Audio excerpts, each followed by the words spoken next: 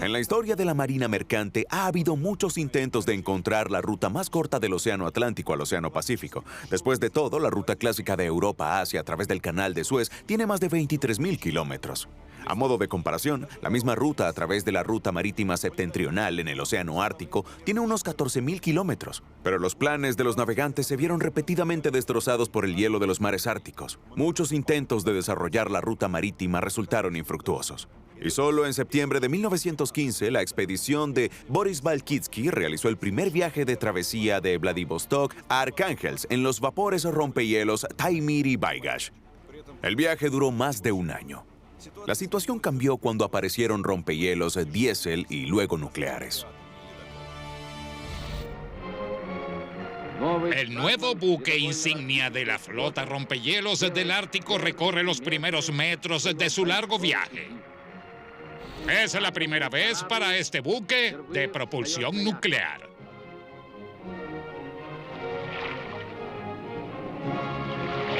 Le depara un viaje a lo desconocido. Durante 12 largos meses, el primer rompehielos de propulsión nuclear del mundo estará navegando por aguas heladas. El Lenin asaltará las latitudes polares. Con la llegada de la flota de rompehielos nucleares, la ruta marítima septentrional empezó a tomar forma como arteria nacional de transporte. Ahora hay 4 potentes rompehielos operando en el Ártico: Taimyr, Vaigash, Yamal y 50 años de victoria. Pero según los expertos, esto no es suficiente. La flota rusa de rompehielos es la única del mundo creada en la época soviética. Bueno, a excepción quizás del último rompehielos, 50 años de victoria, que entró en servicio en 2006. Pero todo empezó bajo el régimen soviético. Y desde entonces, en general, no se ha construido nada, mientras que el volumen de transportes por la ruta marítima septentrional ha crecido de forma significativa. En términos de volumen de carga en el Ártico, la Rusia actual supera con creces a la Unión Soviética. Por ello, se están ampliando los rompehielos existentes con buques aún más potentes, el proyecto 400, como lo llaman los profesionales. El principal rompehielos, llamado Ártica, salió del astillero báltico de San Petersburgo en mayo de 2020. Pronto se le unirán otros 2 buques similares, el Sibir y el Ural. Se trata de los mayores rompehielos del mundo, con más de 170 metros de largo.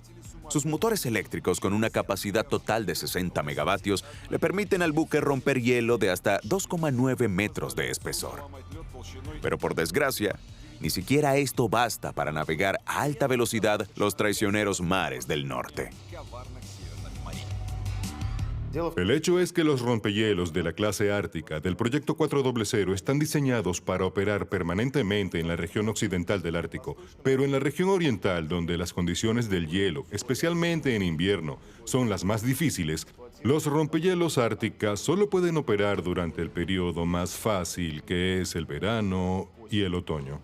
En invierno y primavera, cuando el hielo es más difícil, el rompehielos Ártica puede operar allí, pero no puede garantizar que los buques sean guiados hasta allí según un horario determinado.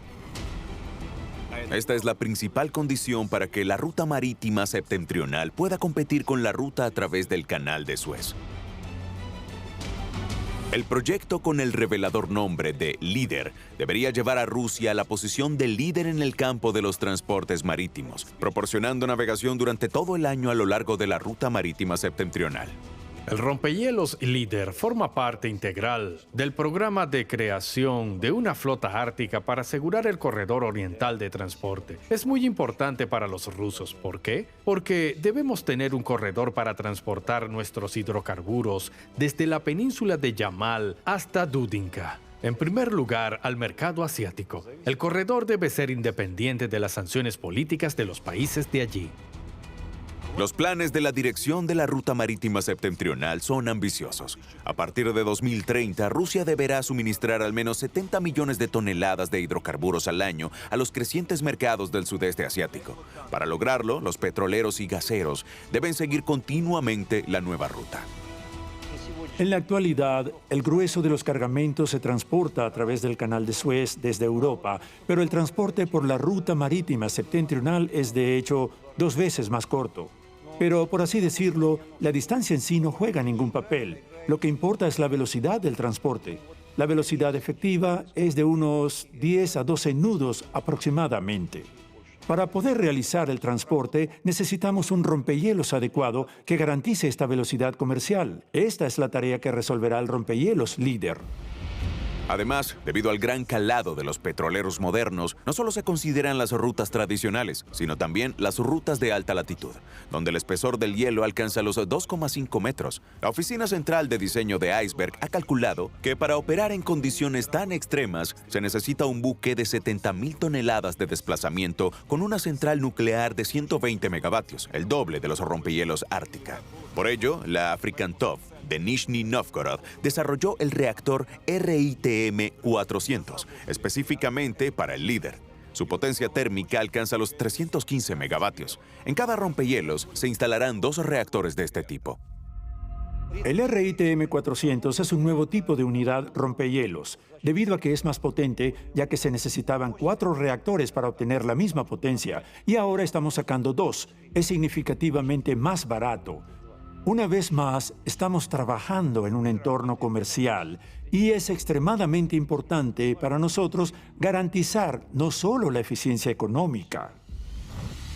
El principio de funcionamiento del reactor es bastante sencillo y se asemeja remotamente al de una caldera de vapor. Como resultado de las reacciones químicas se genera energía térmica, que calienta el agua. A continuación se genera vapor, que hace girar las turbinas de la central eléctrica del buque.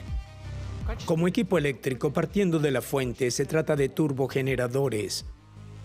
La capacidad de cada turbogenerador es de 37 megavatios. Hay 4 generadores de este tipo y la tensión de los generadores es de 10 kilovoltios y medio. La capacidad total es de 150 megavatios. No existe en la construcción naval rusa un análogo de este nivel de central eléctrica. Los 4 motores de propulsión del rompehielos necesitan una potencia colosal, 30 megavatios cada uno. En este rompehielos utilizamos por primera vez 4 motores de propulsión en su construcción. Antes se utilizaban 3 motores de propulsión. Debido a que la potencia en las hélices es de 120 megavatios, resolvimos una serie de problemas relacionados con la posibilidad de procesar una potencia tan alta por las hélices. El diámetro de estas hélices es mayor al de los modelos anteriores. El voluminoso y complejo relleno técnico acabó influyendo en el tamaño del buque. Líder será el rompehielos de propulsión nuclear más grande del planeta, 200 metros de largo, como 2 campos de fútbol, y tan alto como un edificio residencial. Además, el líder es también mucho más ancho que todos los rompehielos anteriores. La anchura del casco del líder es de 50 metros. La anchura del rompehielos es de unos 46 metros, pero el canal que queda detrás del líder es de unos 50 a 52 metros. Así los buques de gran capacidad como el Yamal Max, que actualmente transporta gas desde el lejano norte, podrán moverse libremente por el canal situado detrás de este rompehielos sin siquiera romper sus bordes. Lo mejor de lo mejor, rompehielos. A continuación, ¿por qué los diseñadores crean réplicas en miniatura de rompehielos? ¿Cómo se prueban en piscinas de hielo? ¿Y con qué fin se coloca el modelo de barco en un aerotubo? Lo mejor de lo mejor, rompehielos. Centro Estatal de Investigación Krylov, en San Petersburgo. Aquí se prueban todos los rompehielos rusos, o mejor dicho, sus modelos. Existen unos criterios de modelización que seguimos cuidadosamente a la hora de realizar las pruebas de nuestros modelos. La escala del modelo se basa en la selección de hélices en el taller, que corresponderían a la escala de las del tamaño real. En cuanto seleccionamos dichas hélices, creamos un modelo del casco del rompehielos. Una máquina de grabado y fresado de 5 ejes ayuda a los empleados del Centro de Investigación en esta tarea. Los parámetros del rompehielos se cargan en su cerebro electrónico. A continuación, la máquina da a la pieza de trabajo capa por capa la forma del futuro barco. A continuación, el modelo se equipa con hélices, motor eléctrico, mando de dirección y se envía a una de las piscinas de pruebas, en este caso, una piscina de hielo. Las instalaciones criogénicas permiten congelar una capa de hielo sobre agua salada de 1 a 10 centímetros de espesor. La capa de hielo de la piscina también se modela a la escala adoptada. Se modela el grosor de la capa de hielo y sus parámetros. Por eso nuestro hielo parece más delgado y menos resistente, porque su resistencia se reduce en el número de veces que corresponde a la escala elegida para la modelización.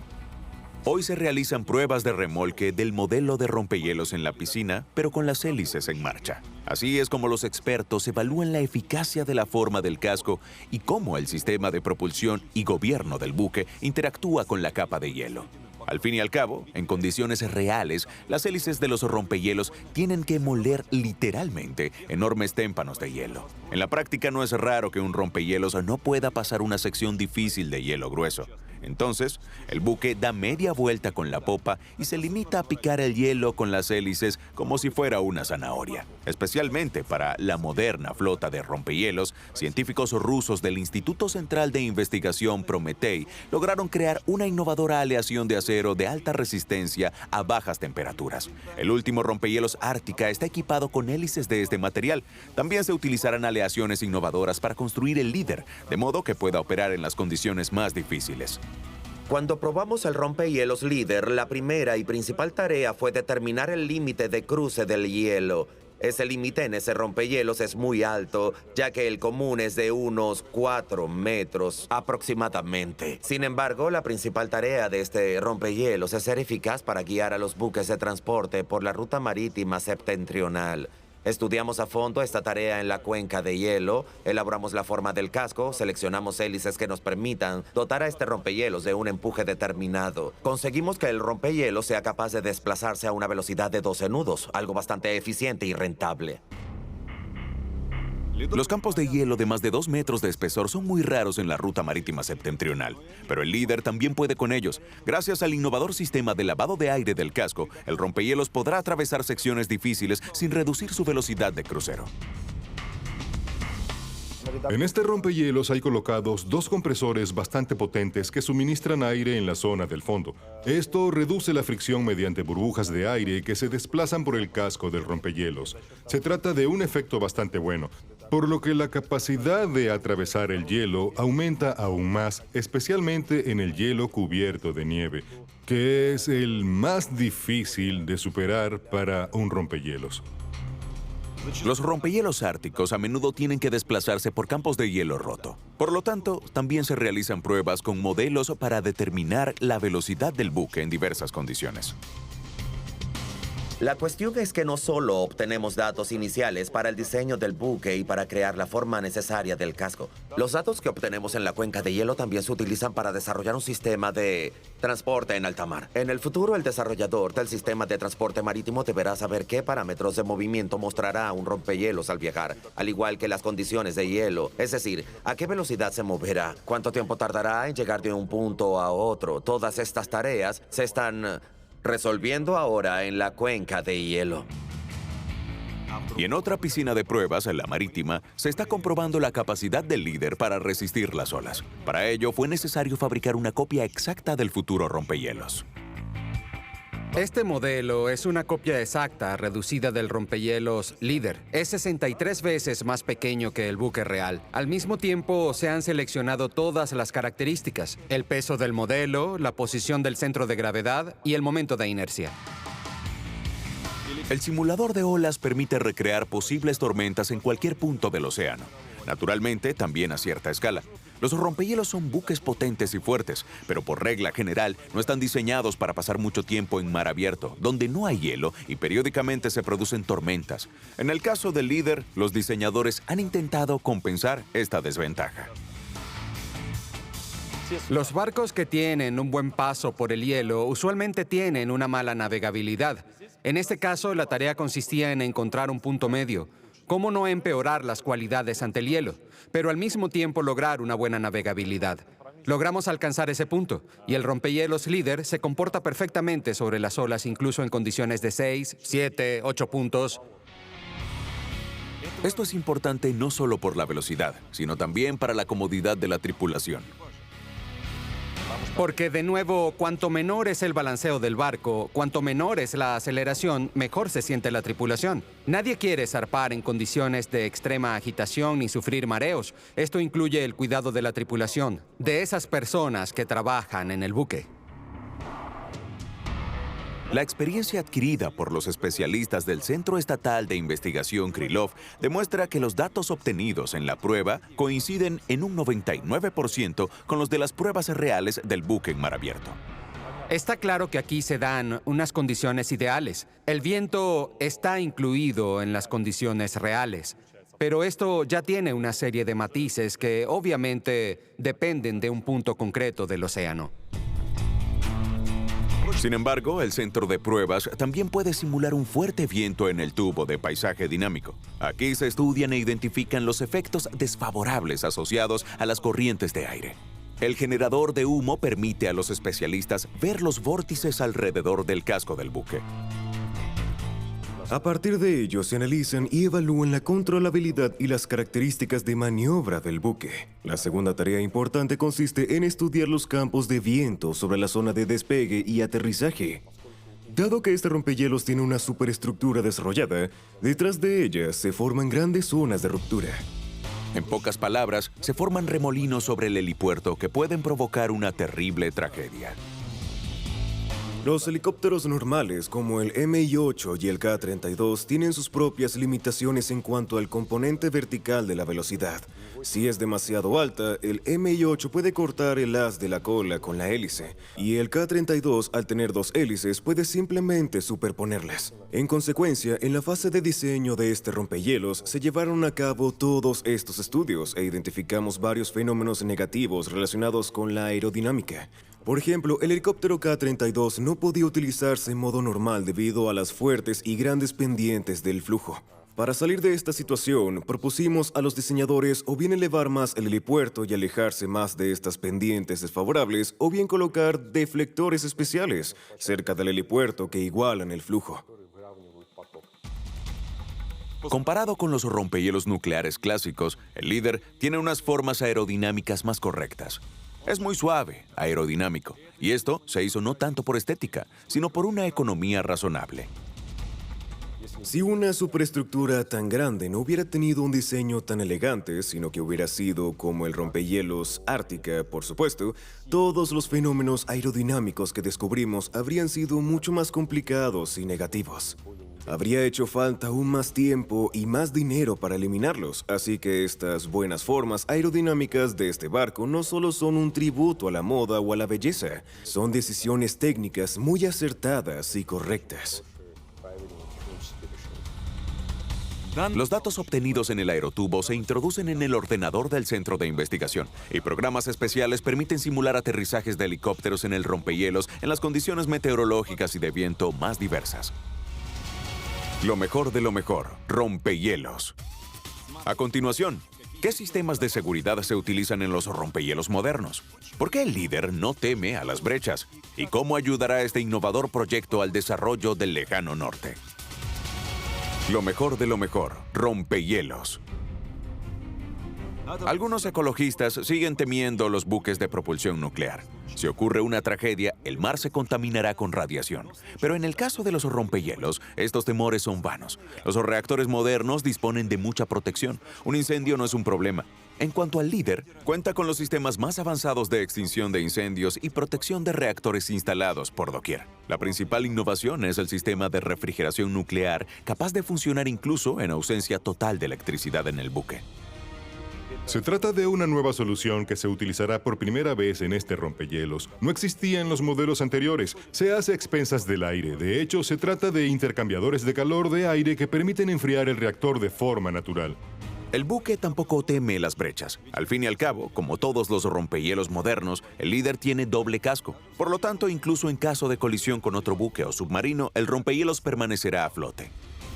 En este rompehielos, al igual que en los anteriores, aplicamos protección estructural contra la colisión con un buque del mismo tipo. Aplicamos protección estructural contra el choque de helicópteros, contra el encallamiento. En general, consideramos todos estos accidentes, calculamos las consecuencias y preveemos determinadas soluciones de diseño que eliminarán o minimizarán los daños que puedan producirse.